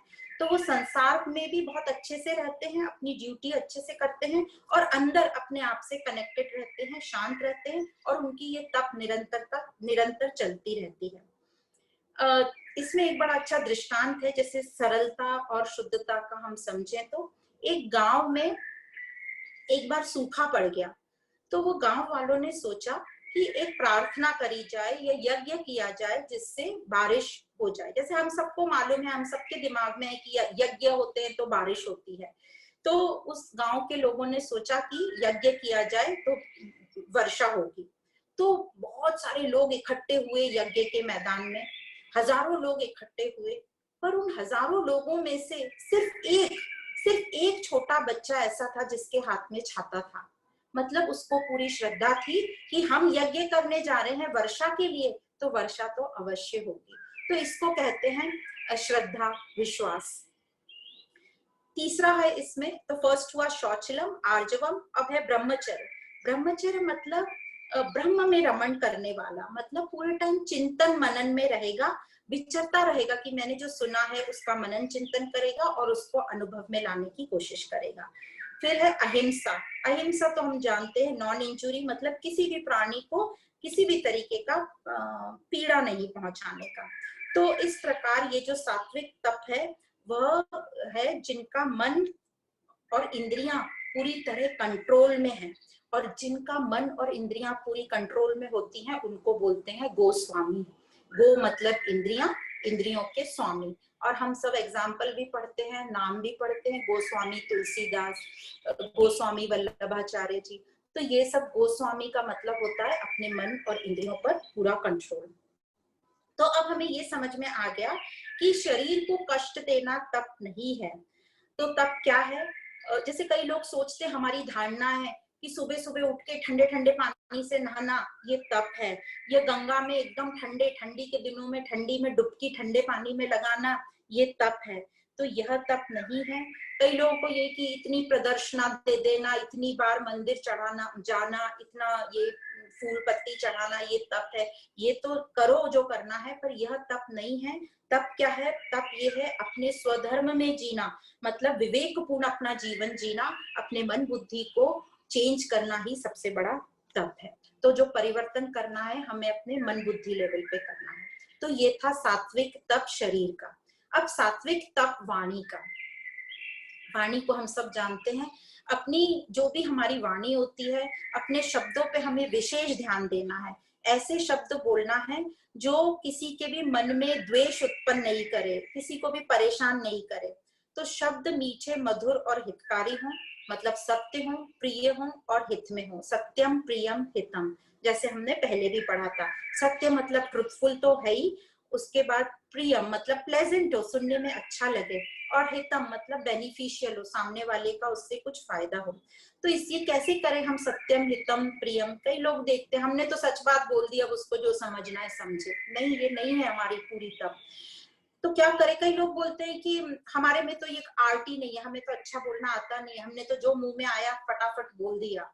तो ये भी हम अहंकार बताते हैं, और हम ये बता रहे हैं कि जो बहुत अच्छे से बोल रहा है वो बनावटी है और हमको नहीं आता, हम तो स्ट्रेट फॉरवर्ड, हमने सच बोल दिया, सामने वाले को बुरा लगे तो लगे मेरी बला से, ऐसे हम बोलते हैं। तो ये तप नहीं है। तो अपने आप को ये चेंज करना है, हमें अच्छी वाणी डेवलप करनी है। कैसे होगी अच्छी वाणी? सीखेंगे, प्रैक्टिस करेंगे, अच्छी पुस्तकें पढ़ो, स्वाध्याय, सेल्फ स्टडी करो, अच्छा नॉलेज पढ़ो और अपने आप को चेंज करने की कोशिश करो। तो ये भी एक बहुत बड़ा तप है, वांग्मय तप जिसको बोलते हैं, वाणी का तप। तो इसके ऊपर एक बहुत अच्छा दृष्टांत है। ये दृष्टांत कुछ इस प्रकार है। एक जगह एक राजा अपने सैनिक के साथ और मंत्री के साथ शिकार पर निकला। फिर कुछ शाम पड़ गई और वो लोग थक गए, तो वो वापस जाने लगे। तो बीच में एक गांव दिखा और इन तीनों को प्यास लगी थी, बहुत बहुत प्यासे हो गए थे। तो वो गांव में ठहर गए और वो देखते हैं कि एक पेड़ के नीचे एक अंधा व्यक्ति पानी बेच रहा है, पानी दे रहा है, जल सेवा कर रहा है। तो जो राजा थे उन्होंने अपने जो द्वारपाल था उसको बोला कि तुम जाके जल लेकर आ जाओ। तो वो गया और वो बोलता है, उसको दिख गया कि ये व्यक्ति अंधा है। तो उसने बोला, ए अंधे, एक लोटा पानी देना। तो ये जो पानी दे रहा था उसने बोला, जाओ जाओ, तुम्हारे जैसे हजार आते हैं, मैं नहीं देता ऐसे लोगों को। तो वो चला गया। फिर राजा ने मंत्री को भेजा। तो मंत्री आए तो मंत्री ने बोला, अरे भाई थोड़ा पानी दे दो ना, थोड़े पैसे मिल जाएंगे। तो वो अंधा व्यक्ति बोला, तुम्हारे जैसे बहुत देखे, जो पहला आया था लगता है तुम उसके बॉस हो, जाओ जाओ, मैं ऐसे लोगों को जल नहीं देता। ये दोनों वापस आ गए। फिर राजा खुद गए और राजा ने कहा, भाई बहुत प्यास लगी है, आप एक लोटा जल दे देंगे तो आपकी बड़ी कृपा होगी मुझ पर। ये सुनकर वो अंधा व्यक्ति वो बोला, अरे आप एक लोटा पानी क्या, मैं खुद आपके लिए हाजिर हूँ, आओ बैठो, मैं आपको शीतल जल देता हूँ। तो राजा ने जल पिया और राजा ने इस अंधे व्यक्ति से पूछा कि भाई तुम तो अंधे हो, तुम्हें कैसे पता चला वो दो लोग, मेरा एक सिपाही था, द्वारपाल था और एक मंत्री था? तो वो बोला कि राजन, वाणी में बहुत बड़ा गुण होता है। इन दोनों की जो वाणी थी उनसे ही समझ गया मैं कि ये एक सिपाही होगा, द्वारपाल होगा, ये मंत्री होगा। तो हमारी वाणी पे हमें बहुत काम करना चाहिए। हमारी वाणी इतनी मधुर हो कि सामने वाला सुनकर गदगद हो जाए, वो कितना भी दुखी हो उसके मन में कुछ प्रसन्नता, कुछ प्रफुल्लता आ जाए। तो ये जो वाणी का हमें तप बहुत करना है और ये बहुत जरूरी है। पानी की बात निकली तो एक और दृष्टांत याद आता है। एक बार एक ट्रेन में बहुत सारे लोग बैठे थे और गर्मियों का दिन था, और जो पानी बेचने वाले हैं वो पानी बेच रहे थे कि 10 रुपए का एक बोतल, 10 रुपए का एक बोतल, ठंडा पानी, ठंडा पानी। तो काफी लोग लिए। उनमें से एक व्यक्ति ने कहा, भाई 8 रुपए में दोगे क्या? तो जो पानी बेचने वाला था उसने उसकी तरफ देखा भी नहीं, पलट के चला गया सबको पानी दे के। कुछ देर बाद ये जो व्यक्ति है इसने वो पानी वाले को बुलाया और पूछा, तुमने मेरी तरफ देखा भी नहीं और पलट के चले गए, ऐसा क्यों? तो जो अब आगे बोलने जा रहे हैं वो बहुत गहराई की बात है, ध्यान से सुनना। वो बोला, जो पानी की कीमत कर रहा है, 10 रुपए को 8 रुपए में दे दो बोल रहा है, इसका मतलब उसको प्यास लगी ही नहीं है। तो हम जो अध्ययन करते हैं, ज्ञान लेते हैं, हम जो इतना उसमें दोष दृष्टि रखते हैं, बहुत हमारे क्वेश्चन रहते, ऐसा क्यों, राम ने ऐसे ही क्यों किया, कृष्ण ने ऐसे ही क्यों किया, फिर वो तो चोर है, भगवान थे उन्होंने तो यही कर लेना था। तो इसका मतलब इनको ज्ञान की प्यास है ही नहीं। जबरदस्ती हम उनको ज्ञान पढ़ा रहे हैं। तो ये जो पानी बेचने वाले ने कहा, जो प्यास का मोल कर रहा है उसका मतलब उसको प्यास सच्ची है ही नहीं, और ऐसे लोगों को मैं पानी नहीं बेचता, ये वेस्टफुल एक्सरसाइज है मेरी। तो ये बहुत हमें गहराई से सोचने वाली बात है कि जिस चीज का हम मोल कर रहे हैं इसका मतलब वो हमें चाहिए ही नहीं, हमें उसकी तलब ही नहीं लगी है। इसी संदर्भ में कई लोगों को ये क्वेश्चन आता है कि ये प्रकृति कैसे बनी। तो एक गुरुजी ने आंसर दिया, किसी ने पूछा ये प्रकृति सब कैसे बनी, ये 3 गुण कहाँ से आए, किसने बनाए। तो गुरुजी ने जवाब दिया ये परमात्मा ने बनाए। तो उसने पूछा परमात्मा को किसने बनाया। तो गुरुजी ने कहा देखो, परमात्मा का कोई कारण नहीं है, वो कारण रहित है। जैसे हमको पता है हर चीज का कुछ कारण होता है और प्रभाव होता है, पर जो परमात्मा है वो फाइनल कारण है, उसका कोई कारण नहीं हो सकता, उसका कोई कॉज नहीं है। यदि परमात्मा का भी कोई कॉज हो या परमात्मा का भी कोई कारण हो तो वो कॉज नहीं, इफेक्ट हो जाएगा, वो प्रभाव हो जाएगा। तो ये यूनिवर्सल सच है कि परमात्मा का कोई कारण नहीं है, वो कारण रहित है। पर कई लोग लगे ढूंढने में कि नहीं हम तो ढूंढेंगे परमात्मा कौन है। तो एग्जाम्पल एक आता है, जैसे प्याज होती है, आप प्याज के छिलके निकालते रहो कि इसके अंदर क्या मिलेगा, इसके अंदर क्या मिलेगा, पूरे छिलके निकाल लेते हैं, कुछ नहीं मिलता, खाली है। जैसे एक छोटे से बीज में कोई सोच सकता है इसमें एक वृक्ष होगा पूरा, और वृक्ष में उतने फल और कितने बीज होंगे, पर उस बीज को जब हम खोलते हैं तो बीज में कुछ नहीं मिलता, पर उस बीज में कैपेसिटी है पूरा एक वृक्ष बना देने की। तो वैसे ही परमात्मा को आप ढूंढने जाओगे कुछ नहीं मिलेगा, पर उसमें कैपेसिटी है पूरा एक संसार बना दे। उसी प्रकार हम परमात्मा की यदि खोज की परमात्मा को किसने बनाया है तो हमारे हाथ में कुछ नहीं लगेगा। तो कई साइंटिस्ट, कई वैज्ञानिक इसी के पीछे पड़े हैं कि नहीं ये परमात्मा के ऊपर कोई होना चाहिए, परमात्मा को किसने बनाया, और वो खोज में लगे हैं। और कुछ साल पहले वैज्ञानिकों ने खोज करी और फाइनली एक एटम पर आके रुक गए और गॉड पार्टिकल उसको नाम दे दिया।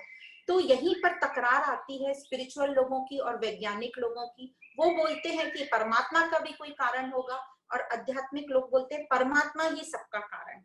तो जिस प्रकार कोई पूछे कि आम के पेड़ पर अंगूर क्यों नहीं लगते हैं, आम ही क्यों लगते हैं, वो आम के बीज में आम की क्षमता है इसलिए आम लगते हैं, इसका कोई जवाब नहीं है आगे। फिर कोई पूछेगा आग गर्म ही क्यों है, पानी ठंडा ही क्यों है, तो आग की क्वालिटी ही गर्म हो ना, बस इसलिए वो गर्म है। तो नहीं, हम तो मानेंगे ही नहीं, आग गर्म नहीं हो सकती, हम तो हाथ डालेंगे। तो आप हाथ डालोगे जल जाओगे, आपको समझ जाएगा, फिर आप चिमटे का यूज करोगे। तो इस प्रकार जो कुछ लॉज हैं, कुछ नियम है, सबकी अपनी अपनी प्रॉपर्टी है। अब हम ये भी बोलना शुरू कर सकते हैं कि आंख सूंघती क्यों नहीं, देखती क्यों है, आंख का रोल ही है देखना। तो कुछ प्रश्न ये है, फिक्स है, लॉ है, ये सिद्धांत है, ये हमें समझ लेना चाहिए। कई लोग हैं जैसे अभी कोरोना हो गया, इसका कारण क्या है, हमें कैसे हो गया, हम घर में बैठे थे, अब कितना भी कारण ढूंढ लो मुझे कैसे हो गया, हम पता नहीं कर पाएंगे। हमें सिर्फ करना है कि अपनी सेफ्टी रखना है, उसका इलाज रखना है। तो हर चीज का कारण जो हम ढूंढने जाते हैं जैसे परमात्मा का, तो वो हमारी वेस्टफुल एक्सरसाइज होगी, हम जीवन में कहीं नहीं पहुंच पाएंगे। तो आगे हम चलते हैं मानसिक तप पे, मन का तप। ये मन का तप क्या है, मन का प्रसाद, मनः प्रसादः। ये जो मन प्रसाद बोल रहे हैं, ये हमारे मन को शांति देगा, हमारे मन को निर्मल बनाता है और धीरज लाता है। तो मन की शांति हमारी कब भंग होती है, जब हम स्वार्थी हो जाते हैं। तो जब हमारी निरंतर इच्छाएं बनी रहती हैं, और जब हम निरंतर ये मुझे पसंद है, ये मुझे पसंद नहीं है, द्वंद्वों में अटके रहते हैं, तो हमारी नींद भी हराम हो जाती है और हमारे मन को शांति नहीं मिलती, सुबह सुबह भी हमारा मूड खराब ही रहता है। तो इस प्रकार यदि हम मन का तप करेंगे तो मन को हमारे शांति मिलेगी, तो नींद भी हमें अच्छी आएगी। दूसरा है सौम्यता। सौम्यता मतलब प्रेम की भावना होना। तो ये जो सौम्यता है यही अपने आप में बता रही है कि प्रेम की भावना होना ही सौम्यता है, जो हम ज्ञान से समझ के विश्वास करके अपने ऊपर अप्लाई करके देख सकते हैं। फिर है मौन। मौन मतलब मन का मौन बोल रहे हैं, तो अभी हमने वाणी का मौन समझा, अब मन का मौन। अब मेरे को मन से भी लोगों के लिए गलत विचार या बातें नहीं आनी चाहिए, तभी उसको मन का मौन कहेंगे। इसको मननशीलता भी कहते हैं। तो जब हम शांत रहते हैं, मौन रहते हैं, तो हमारी फिर वासनाएं, इच्छाएं बहुत अपने आप ही कम हो जाती है, और फिर जो भी विचार आएंगे, जो भी इच्छाएं आएंगी, उसकी जो क्वालिटी और टेक्सचर होगा वो बेस्ट होगा। तो जब हम मौन शांत हो जाते हैं तो हमारे विचारों की क्वालिटी बहुत अच्छी हो जाती है, इंप्रूव हो जाती है, और हमारा लक्ष्य भी बहुत उच्च हो जाता है। स्वयं से मिलने का लक्ष्य होता है, ब्रह्म प्राप्ति का हमारा लक्ष्य हो जाता है। तो इस तरीके से हमारा पूरा व्यक्तित्व ही बदल जाता है, हमारे व्यक्तित्व में एक अलग निखार आ जाता है। और फिर बताया आत्म संयम। आत्म संयम मतलब जब हमारे में सौम्यता आ जाती है, मौन आ जाता है, तो हम वो दिव्य स्वरूप से ही जुड़ जाते हैं, और हमारे में संयम आ जाता है, संयम हमारा स्वभाव बन जाता है। और एक बार हमारा स्वभाव बन गया, मन की स्थिति एक बार हमारी स्थिर हो गई, तो फिर उसे कोई भी परिस्थिति आए उससे वो उलांग लेता है, उसे पार लगा लेता है, और हमारी मन की स्थिति फिर वापस नहीं हिलती। तो उसमें निरंतरता भी लगती है। फिर है भाव संशुद्धि। भाव संशुद्धि मतलब हमारे दिल और दिमाग की शुद्धता, पवित्रता, हमारे मन के जो भाव हो एकदम शुद्ध हों। तो यह बहुत ही एक श्रेष्ठ गुण है, ये उच्च स्थिति को दर्शाता है। और भाव संशुद्धि कब होती है? जब हमारे में क्षमा भाव आए। तो हम क्षमा भाव पहले भी पढ़ चुके हैं। क्षमा जो गुण है, ये बोलता है ना, क्षमा हमको बड़ा बना देता है। तो क्षमा भाव, सेवा भाव और त्याग भाव, ये तीन भाव जब आ जाते हैं तो हमारे में भाव संशुद्धि हो जाती है। और ये सब कब होता है? जब हम एक यज्ञ के रूप में अपने हर कर्म यज्ञ के रूप में करेंगे, तो आत्म संशुद्धि तो होगी, और साथ में हम लोक संग्रह, लोक हित के लिए भी काम करेंगे, तो निस्वार्थ से हम परमार्थ की तरफ बढ़ चलेंगे। तो इस प्रकार जो अपने मन के तप पर काम करेगा, उसको नींद भी बहुत अच्छी आती है। क्यों उसको नींद अच्छी आती है? क्योंकि सपने आते ही नहीं है, क्योंकि उसको फालतू कुछ भी चीजों में वो अटकता ही नहीं है, और हमेशा सोते समय बोलता है कि मैंने अपने लौकिक सब कर्तव्य कर लिए, सारे रिश्ते निभा दिए, अब मैं स्वयं में जा रहा हूँ, मैं स्वयं में मिल रहा हूँ। जैसे नदी एक समंदर में मिल रही है, तो वो शांति से सोता है। जब वो स्वयं में सोता है तो फिर कोई उपाधियां भी नहीं, कुछ नहीं, और उसे ना कोई सपने आते हैं, और बहुत अच्छी नींद आती है। तो ये सब कब पॉसिबल होता है? जब हमारा ज्ञान से विवेक जागृत हो जाता है, हमारे में थोड़ा वैराग्य आ जाता है, और हमारे में समत्व, एकत्व भाव की फीलिंग आ जाती है। तो ये सब बताया मन का तप। और मन के तप का एग्जाम्पल बहुत बहुत है वैसे तो, पर एक एग्जाम्पल जो याद आ रहा है महाभारत का, कि गुरु द्रोणाचार्य ने जो राजा द्रुपद थे, उनके पुत्र धृष्टद्युम्न को धनुर्विद्या सिखाई, और भी सब विद्याएं सिखाई। हालांकि द्रोणाचार्य जी को पता था कि ये जो धृष्टद्युम्न है, यही मेरी आखिरी में हत्या करने वाला है, पर उन्होंने पूरे प्रेम भाव से, मन से, अच्छे भाव से उसको पूरी शिक्षा प्रदान करी। तो ये भी एक हमारा बहुत बड़ा एग्जाम्पल है कि हमारी जो ड्यूटी है वो हमें पूरी करनी है। फिर अब ये हो गए शरीर का तप, मन का तप और वाणी का तप। तो ये जो टोटल सात्विक तप क्या है? ये सात्विक तप हमें सिर्फ एक यही बताता है कि ये प्रेम में किया जाता है, बिना फल की आशा से। तो यह हुआ सात्विक तप। एग्जाम्पल फिर से एक देते हैं, प्रहलाद का। जो प्रहलाद का तप था भगवान विष्णु के लिए, उसको कोई भी चीज रोक ना सकी, ना अग्नि, ना कोई भी चीज, पानी, कोई नहीं रोक सका। और ऐसा कहते हैं, जब विष्णु जी ने प्रहलाद को बोला कि मैं तुम्हारी तपस्या से बहुत खुश हुआ, तुम मांगो, क्या मांगना चाहते हो? तो प्रहलाद ने कहा कि मैंने कुछ पाने के लिए थोड़ी ना आपसे प्यार किया था, बस मेरा मन था आपसे प्यार करना, तो आपसे लगन लग गई, मुझे रिटर्न में कुछ नहीं चाहिए। तो इस प्रकार का तप जो है उसको सात्विक तप कहा जाता है। पर हमारा कैसे होता है? हमने इतनी मालाएं फेर ली, हमने इतनी बार किताब में नाम लिख लिए, पोथी पढ़ ली, तो इससे हमारा मन नहीं बदलता है। जिस प्रकार संत कबीर दास जी कहते हैं, माला फेरत जुग भया, फिरा ना मन का फेर, कर का मन का डार दे, मन का फेर। मतलब मन नहीं फिरा तो फिर क्या तप हुआ? तो हम जब माला फेरते हैं तो 2-3 माला में तो हमें याद रहता है, उसके बाद हम फिजिकल अपने स्पाइनल लेवल पे माला फेरने लगते हैं। तो कितनी बार नाम लिया है यह इम्पोर्टेंट नहीं है, यह इम्पोर्टेंट है कि वो नाम कैसे लिया है, किस भाव से लिया है। वो नाम लेते टाइम मुझे कुछ फील हुआ है, मुझे कुछ कानों में सुनाई दिया है। जैसे हम अपने बच्चों के बहुत अच्छे अच्छे नाम रखते हैं, जैसे सिया, कोमल, पलक, खुशी, आदित्य, ध्रुव। तो इतने सुंदर हम नाम रखते हैं। मिश्री एक नाम रखते हैं, हम प्यार से बोलते हैं अपने बच्चों को। तो क्या हमेशा वो नाम बोलते टाइम आप लोगों को वो मन में भाव आता है? जैसे बच्ची का नाम मिश्री है, तो 2-3 बार शुरुआत में आएगा, फिर तो वो मिश्री बोल के हम डांटते भी हैं, हम कड़वे शब्द भी बोलते हैं, मतलब वो फीलिंग हमारी रहती ही नहीं। तो भगवान ये अकाउंट नहीं रख रहा है कि कितनी बार बोला है, पर वह मेरे लिए अपनी मन की शुद्धि, अपने मन की बुद्धि के लिए, कि मुझे अपने मन बुद्धि में वो नाम कितना फिट हो रहा है, मैं उस नाम से अपने आप को कितना चेंज कर पा रही हूँ। तो इस प्रकार यह हुआ सात्विक तप। अब राजसिक तप क्या है? राजसिक तप वह है जो सत्कार के लिए किया जाता है, कि लोगों को दिखाने के लिए। हमने कई बार देखा है, लोग बहुत उपास करते हैं, उसके बाद बड़ा प्रोग्राम होता है, सब लोग आते हैं, बहुत भजन कीर्तन होते हैं, सब उनकी वाहवाही करते हैं कि तुमने बहुत बड़ा तप किया, 21 दिन भूखे रहे या जो भी रहेगा। तो वो मान के लिए करते हैं, मान पाने के लिए, पूजनीय बनने के लिए, दिखावटी शो ऑफ के लिए करते हैं। तो मेहनत तो उनकी लगती है, पर जो वो चाहते हैं वो लक्ष्य उनका प्राप्त, उनका शायद लक्ष्य होगा भी नहीं, उनका लक्ष्य दिखावटी करने का ही होगा। तो जो उनका जो दिखावटीपन भी है, उसको बोलते हैं वो अनिश्चित है और क्षणिक है। अनिश्चित मतलब अचलम, और अध्रुवम बोला है। अचलम मतलब अनिश्चित है, थोड़ी देर रहेगा, फिर तो सब अपने घर चले जाएंगे, 2 दिन में सब भूल जाएंगे कि इन्होंने इतना बड़ा तप किया था। अध्रुवम है मतलब वही क्षणिक है। और अनिश्चित का ये भी मतलब है कि जरूरी नहीं है लोग आपको उतना पूजनीय और मान्यता दें आपने जो व्रत किया है। तो इस प्रकार इसको बोलते हैं राजसिक तप। तामसिक तप क्या है? तामसिक तप अज्ञानवश मूर्खता पूर्वक, मतलब मूर्खता पूर्वक किया है, स्वयं को पीड़ित करते हुए तथा अन्य लोगों को भी तंग करेंगे, नाश करेंगे, तो आतंक फैलाएंगे ये। तो इसका फल जो है वो इनकी विस्तृत भावनाओं के कारण है, हीनता दर्शाता है ये। तो यहाँ पे एक बहुत ये तामसिक गुणों में एक जो दृष्टांत आता है, बड़ा ही अच्छा, एक अंगुली मार का दृष्टांत आता है। तो भगवान बुद्ध और अंगुली मार का ये दृष्टांत है। अंगुलीमार एक राक्षसी इंसान था, जो गांव के लोगों को बहुत डराता था, और जो भी उस गांव से आता जाता था, तो वो थोड़ा दूर जंगल में रहता था, उन सबको रोक रोक के लूट मार करता था, और उनकी उंगली काट लेता था ऐसे, और उंगलियों की माला बना के पहनता था, अपनी शक्ति दर्शाने के लिए, अपना पावर दर्शाने के लिए।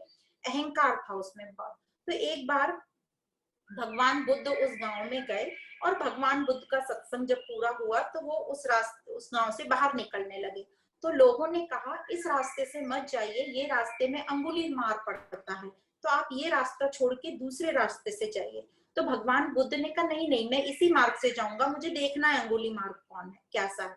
तो जब भगवान बुद्ध वहां से जा रहे थे, और उन्होंने देखा अंगुली मार्ग बीच में जब पड़ा, पर भगवान बुद्ध रुके नहीं, वो सीधा सीधा चलते गए। तो अंगुलीमाल को बहुत गुस्सा आया, ये कौन सा इंसान है जो मेरे से आज तक अभी डरा नहीं, आज तक ऐसा नहीं हुआ है कि कोई व्यक्ति मेरे से डरा नहीं है। तो अंगुलीमाल उनके पीछे भाग कर जाता है और बोलता है कि रुको, मैं अंगुलीमाल हूँ। तो भगवान बुद्ध ने कहा तो वो, तो मैं क्या करूं, मैं क्यों रुकूं? तो बोले नहीं नहीं, मेरे से पूरे गांव वाले डरते, मैं बहुत शक्तिशाली हूँ, मैं कुछ भी कर सकता हूँ। तो भगवान ने बुद्ध ने कहा कि अच्छा आप कुछ भी कर सकते हो? तो बोला हाँ मैं कुछ भी कर सकता हूँ। तो बोले जाओ उस पेड़ के 100 पत्ते तोड़ के लाओ। तो अंगुलीमाल को लगा 100 पत्ते तोड़ना कौन सी बड़ी बात है, वो 100 पत्ते तोड़ के ले आया। बोले ये लो 100 पत्ते, पर आपको अब अंगुली काट के देनी पड़ेगी मेरी। तो भगवान बुद्ध ने कहा मैं दूंगा, पर पहले ये 100 पत्ते फिर से जोड़ो जाकर। तो अंगुलीमाल बोला मेरे को फिर से जोड़ना नहीं आता। तो फिर भगवान बुद्ध बोले कहाँ है तुम्हारी शक्ति, जो चीज को तुम तोड़ नहीं सकते उसको तुमने तोड़ा क्यों? यह एक सेंटेंस, यह एक वाक्य ने उस अंगुलीमाल को परिवर्तन कर दिया, और अंगुलीमाल भगवान बुद्ध का भक्त बन गया, और फिर वो बहुत काफी बड़ा भक्त बना। फिर उसने सत्संग लेना शुरू कर दिया, और काफी उसका नाम हुआ। तो इस प्रकार संत महात्मा लोगों के सानिध्य से भी हमारे में बहुत परिवर्तन आ जाता है। अब आगे बोलते हैं सात्विक दान। तो अब हम दान की बात करेंगे, सात्विक, राजसिक और तामसिक दान। सात्विक दान क्या होता है? सात्विक दान वह होता है जो योग्य देश काल पात्र, मतलब योग्यता देख कर दिया जाता है, और ये जो देने वाले होते हैं ये अपना कर्तव्य समझ कर देते हैं, और इनके दिल में ये नहीं होता है कि मेरे को इससे इनसे कुछ रिटर्न चाहिए। उनको स्ट्रॉन्ग फीलिंग होती है देने की, और लोगों की भलाई करने की उनमें स्ट्रॉन्ग फीलिंग होती है। तो ये होता है सात्विक दान। और कहते हैं वो काफी अच्छे से देख परख कर दान देते हैं, क्योंकि कई बार हम देख परख के नहीं देते और जल्दीबाजी में दान दे देते। तो आजकल पता चलता है कि बहुत सारी ऑर्गेनाइजेशन फ्रॉड निकली या किसी ने गलत काम कर लिया, तो देख परख के दान देना चाहिए। तो सात्विक दान जब हम देते हैं तो हमें उसकी इंक्वायरी करके अच्छे से ध्यान से दान देना चाहिए। आलस नहीं करना चाहिए। कई बार हम दान तो सात्विक कर रहे हैं पर हमारा थोड़ा सा आलस, गलत जगह हमारा दान चला जाता है। तो कई लोग कहते हैं कि नहीं नहीं, जैसे वृक्ष और नदी हैं, बहते रहते हैं, कोई भी उसमें से फायदा उठा लो, वैसे ही हमें बनना चाहिए। नहीं, अभी हमारे पास मन बुद्धि है तो हमने सोच समझ के किसको जरूरत है, मेरा जो पैसा जा रहा है, ये जो भी हम दान में दे रहे हैं सही जगह यूज हो रहा है कि नहीं। क्योंकि कई जगह बार ऐसा देखा गया है कि जो हमने पैसा दिया वो गलत काम में यूज हो रहा है। तो ये हमने ध्यान रखकर, तो ये हुआ सात्विक दान। सात्विक दान में वो वाले दान भी आ जाते हैं जब कोई थोड़ा इमोशनली लो है और उसको हमारी जरूरत है, तो हम जस्ट उसके पास जाकर बैठ गए। कोई पेशेंट है, उसको फिजिकल सेवा की जरूरत है, तो वो हमने उसकी सेवा कर दी। किसी को कोई प्रेम के लिए बहुत भूखा है, किसी को कहीं से प्रेम नहीं मिल रहा है, तो उससे जाके उससे प्यार से प्रेम से बात कर ली। किसी को कुछ ज्ञान चाहिए तो उसको कुछ ज्ञान दे दिया। आजकल अब टेक्नोलॉजी का जमाना है और हम सबको टेक्नोलॉजी से हम काम कर रहे हैं, तो जो हमारी यंगर जनरेशन है वो सब हमारे घरों में हमको टेक्नोलॉजी सिखा रही है, तो ये भी एक सेवा हुई। तो ये सब हुई सात्विक दान के अंडर आ जाता है। राजसिक दान, राजसिक दान क्या होता है?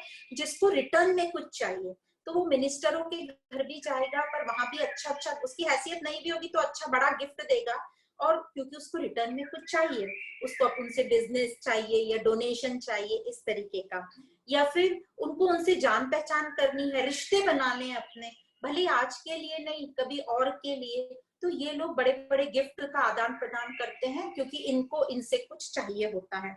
और ये राजसिक दान में एक शब्द आता है परिक्लिष्ठा। परिक्लिष्ठा मतलब मन नहीं है फिर भी दान कर रहे हैं, क्योंकि जबरदस्ती से किसी के प्रेशर में आके, किसी के दबाव में आके, क्योंकि कंपल्शन सब कर रहे हैं तो मुझे भी करना है। तो इस प्रकार के ये हुए राजसिक दान। अब तामसिक दान क्या होता है? तामसिक दान वह होता है जो दान बिना आदर के, तिरस्कार पूर्वक किया जाता है, अयोग्य देश काल और पात्र को दिया जाता है। तो इससे समझ में आता है, अदेश काल पात्र मतलब गलत समय पे गलत लोगों को जो हम कुछ दान दे देते हैं। जैसे हमारे घर को सिर्फ खाली करना है तो उन सामने वाले को वो चीज यूज आए या नहीं आए, हम तो उनको दे देते हैं। तो इस प्रकार ये गलत चीजें गलत जगह हम देते हैं। और अपात्र मतलब कि गर्मी के टाइम में हम उनको कंबलें बांट रहे हैं, या हर साल हम सिर्फ कंबलें ही बांट रहे हैं क्योंकि हमारे पास बहुत आ गई है या हमारा उसका बिजनेस है, तो सामने वाले को जरूरत नहीं है तो भी हम वो चीज दे रहे हैं। और हम ऐसी पैसे दे रहे हैं जो वो नशे में यूज कर रहे हैं, दारू सिगरेट में यूज कर रहे हैं, तो ये गलत चीजों में हमारा दान हुआ। जैसे एक इसका किस्सा आता है कि एक महिला को था कि मैं 50 लोगों को खाना खिलाऊं, तो उस मंदिर के बाहर खाने की थालियां मिल रही थी और रोटियां मिल रही थी। तो उसको था कि 100 लोग थे खाना खाने वाले और उसका बजट 50 का था। तो उसने क्या किया, नहीं अब जितने हैं सबको खिलाना है, 100 को खिलाऊंगी, बजट 50 का ही है। तो उसने जो रोटियां थी वहां पे बड़ी बड़ी रोटियां खरीदी और उन रोटियों को आधी काट काट के सबको दिया। तो जब वो देने गई भोजन, तो एक भी व्यक्ति ने वो कटी हुई रोटी नहीं ली। तो वो जो महिला की, उसने वहां के ट्रस्टीज जो थे उनसे पूछा कि ये लोग आधी रोटी को क्यों नहीं ले रहे, एक भी इंसान ने रोटी नहीं ली।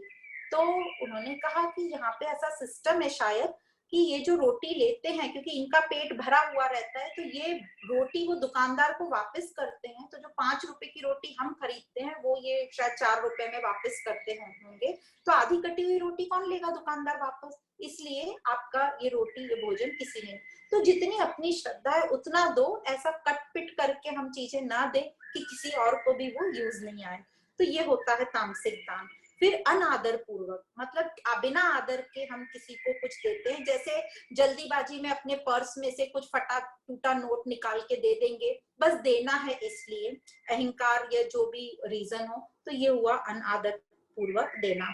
तो इससे हमें सीख मिलती है कि हम जिसको भी दें, जो भी दें, पूरे अपने अच्छे भाव और अच्छी फीलिंग से देना चाहिए। सर्वे भाव मतलब अपना भाव और फीलिंग बहुत अच्छा होना चाहिए। जैसे हमारी भारतीय परंपरा में रिवाज है 101, 501, 1000 एक ऐसे देते, एक हम ऊपर लगा के देते हैं। तो वो एक की वैल्यू क्या है? वो एक है कि मैं अपने पूरे भाव से दे रहा हूँ, वो एक मेरी फीलिंग दर्शाता है, वो ये दर्शाता है कि मैं इसके आगे भी और बहुत कुछ देना चाहता हूँ, पर अभी ये 101 या 501 जो भी, तो जो भी हम दें उसको सर्वे भाव अपनी पूरी फीलिंग से परमात्मा का ध्यान करके और उसको दे, तो उस वह हुआ सर्वे भाव। फिर आगे कृष्ण बोलते हैं, जो साधक सत तक पहुंचना चाहता है वह निरंतर यज्ञ तप और दान के द्वारा त्रिविध का स्मरण करता है। ये त्रिविध क्या है? ये त्रिविध है ओम तत् सत। तो यज्ञ दान और तप को संपूर्ण करने के लिए हमने देखा है पंडित लोग बोलते हैं ओम तत् सत। ये ओम तत् सत क्या है? ये ओम तत् सत जो है ये ब्रह्म का मूल मंत्र है, ये सिग्नेचर मंत्र है ब्रह्म का, तो इसको त्रिविध बोलते हैं। अब हम समझते हैं ये ओम तत्सत क्या है। ये जो ओम तत्सत है इसी से ब्राह्मण वेद और यज्ञ उत्पन्न होते हैं। तो ये कैसे ये समझेंगे हम कि ये ब्रह्म ओम तत्सत से ही ब्राह्मण वेद और यज्ञ उत्पन्न होते हैं। तो ओम तत्सत ब्रह्म को डिनोट करता है, परमात्मा को दर्शित कराता है, और परमात्मा से ही सब प्राणीगण आए तो उनको बोला है ब्राह्मण, हम मनुष्य सबको ब्राह्मण बोला है।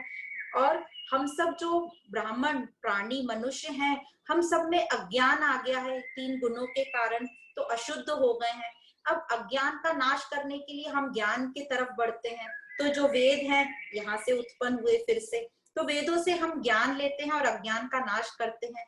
पर जब हम ज्ञान लेंगे और उस पे चलेंगे तो हमें कुछ करने को चाहिए, तो कर्मों को हम यज्ञ बनाते हैं। तो इस प्रकार ब्रह्म से ही, ओम तत्सत से ही ब्राह्मण वेद और यज्ञ उत्पन्न होते हैं, ऐसा ही बताया गया है। तो अब शुरू करते हैं ओम। ये ओम क्या है? ये जो ओम है ये ब्रह्म का ही नाम दिया गया है, इसको प्रणव भी बोलते हैं, और जो सब जगह मौजूद है, जो हम वासुदेव सर्वम बोलते हैं, जो हम सबों के अंदर दौड़ रहा है जो अंश, वह है ओम। अब तत् क्या है? तत् मतलब वह का प्रतीक, वह मतलब आत्मा या परमात्मा का प्रतीक। तो इसको हम जो तत्वमसी बोलते वह, तो ये तत् हुआ परमात्मा का प्रतीक। और ये सत्य क्या है? तो सत्य है शुद्ध, वही परमात्मा का प्रतीक, तो जो सब जगह व्याप्त है, तो ये हुआ ओम तत्सत। पर है तीनों का मीनिंग सेम ही, हमें समझना है कि इसको कैसे बताया गया है। तो ये ओम का जो मतलब है हमें याद करने के लिए कि सभी में ब्रह्म है, मैं जो भी कुछ कर रहा हूँ ब्रह्म के लिए ही कर रहा हूँ, ब्रह्म के द्वारा ही कर रहा हूँ और ब्रह्म से ही कर रहा हूँ। अब ये कोई रीत रिवाज नहीं है, ये सिर्फ हमें एक स्ट्रॉन्ग रिमाइंडर है याद दिलाने के लिए कि मैं भी ब्रह्म हूँ, जिसके लिए कर रही हूँ वो भी ब्रह्म है, और जिसके द्वारा कर रही हूँ वो भी ब्रह्म है। तो ये सिर्फ हमें स्मरण दिलाने के लिए है। तो इस प्रकार जो भी ये स्मरण रखता है तो उसमें श्रेष्ठता आती है, दिव्यता आती है, शुद्धता आती है, उसका अहंकार कम होता है। और इस प्रकार वो जब यज्ञ दान तक करता है तो निस्वार्थ भाव आता है, निस्वार्थ भाव से परमार्थ की तरफ जाता है, और उसको समझ रहती है कि ये जो यज्ञ दान तप कर रहा हूँ यहीं तक गाड़ी सीमित नहीं रखनी है, मुझे तो इससे ऊपर परमात्मा से ब्रह्म से मिलना है जो मेरा स्वरूप है। तो ये जो ओम शब्द है, ओम में अ उ म जो आता है ये हमारी 3 स्थिति को दर्शाता है, जागृत स्वप्न और सुषुप्ति, और चौथी स्थिति जो म के बाद साइलेंस आता है वो है हमारी तुरीय स्थिति। तो ये जो ओम है ये अपने आप में कंप्लीट साउंड है, कंप्लीट ब्रह्म का मंत्र है। फिर ये तत् मतलब वह जो बोला गया दैट, तो तत् कहने का मतलब होता है परमात्मा के लिए ही मैं सब कुछ कर रहा हूँ। तो ऐसा कहकर जब हम यज्ञ करते हैं कि हम परमात्मा, यज्ञ मतलब कोई भी कर्म कि हम परमात्मा के लिए कर रहे हैं, तो उससे हमें तृप्ति की फीलिंग आती है, उसमें हमारे भाव बहुत शुद्ध हो जाते हैं, हमारा लक्ष्य बहुत अच्छा साफ रहता है, क्लैरिटी रहती है, और हमें आत्मविश्वास रहेगा, निश्चिंतता रहेगी, हम रिलैक्स रहेंगे, और आखिर में हमें उसका जो फल मिलता है वो स्वयं का साक्षात्कार। तो पूरे कर्म हम 100% प्रेजेंट में होके करेंगे, किसी से अटैच नहीं होंगे, ना कर्म से ना फल से। फिर आता है सत। सत क्या है? सत तो परमात्मा का नाम ही है। सत मतलब परमानेंट, शाश्वत, जो पहले भी था, पास्ट में भी था, अभी भी है और फ्यूचर में भी रहेगा। तो सत को यहाँ शुभ बोला है, अच्छाई बोला है। तो ये सत तक हम पहुंचेंगे कैसे? तो सत तक पहुंचने के लिए हमें सात्विक यज्ञ, तप और दान करना है। तो ये सात्विक यज्ञ करेंगे तो सत्कर्म हुए, तप करेंगे तो सद्भावना आएगी, और दान करेंगे सात्विक तो सदाचारता आएगी। तो इस प्रकार इस प्रैक्टिस को हम जारी रखेंगे निरंतर। तो जो भी हम परमात्मा के लिए कर रहे हैं, जो भी हम परमात्मा के लिए कर रहे हैं, मतलब उस तत्व के लिए जो कर रहे हैं वो सत हुआ। तो इस प्रकार हम सत तक पहुंच सकते हैं, बस हमारी प्रैक्टिस हमको निरंतर रखनी है। तो संत रहीम जी बोलते हैं, एक साधे सब सदे, सब साधे सब जाए, रहीमन मूल को सींच जो फूले फले उगाए। तो हमें मूल को, ब्रह्म को ही मेन हमारा काम है कि ब्रह्म से को जानना, उसको, उससे मिलना, उसकी प्राप्ति करना। पर हम क्यों नहीं कर पा रहे हैं? तो आखिरी श्लोक में भगवान बोलते हैं हम क्यों नहीं कर पा रहे हैं, क्योंकि हम सब जो है राजसिक और तामसिक गुणों में आ गए हैं। तो हम सबकी गाथा है कि हम सब ये राजसिक और तामसिक में उलझ गए हैं। तो हम ये व्यर्थ कर्म, व्यर्थ ज्ञान, व्यर्थ विचार जो करते हैं, व्यर्थ आशा, जिसको 4 नाम हमने पढ़े थे पहले, मोघाशा, मोघा कर्मणा, मोक्ष, ज्ञाना और विजेतस। तो इन सब में उलझ गए हैं। तो हम जो सेंस, जो लॉजिकल चीज है उससे दूर हो गए हैं। पर और हमें ये बताया भी है कि जो बिना ज्ञान से और स्वार्थ भाव से, बिना श्रद्धा से जो यज्ञ किए जाते हैं वह असत होते हैं। पर अब ये हमें आध्यात्मिक ज्ञान मिला है तो हम उससे अपनी उन्नति करेंगे। अब ये जो असत होते, बिना ज्ञान से जो कर्म करते हैं, उसमें उनकी मेहनत तो लगती है, एनर्जी भी लगती है, पर वही न सिद्धि न सुखम न पराम गति, मतलब न सक्सेस मिलती है, न कामयाबी, न शांति मिलती है। पर अब हमें ज्ञान से समझ आ गया है तो हम इस ज्ञान को अपनी लाइफ में अप्लाई करेंगे।